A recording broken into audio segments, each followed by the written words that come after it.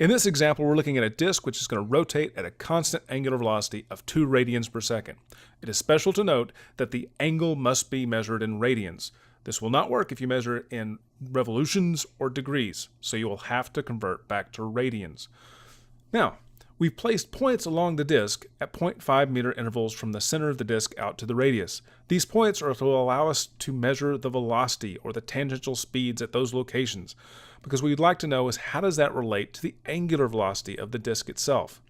Now again, this is a rigid object, so these points are not allowed to move differentially with respect to each other. They have to be locked into this same pattern. So let's get started.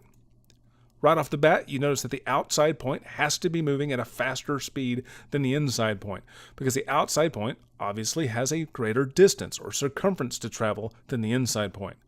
So let's see how that relationship actually breaks down mathematically. And right off the bat, you'll see that it's linear. I mean, look at this. It goes from 0 to 0 to 0.5 to 1 and 1 to 2. In fact, it relates in a very easy way. It's the angular velocity times the radius gives you the tangential speed. That's the equation. That's all you have to do.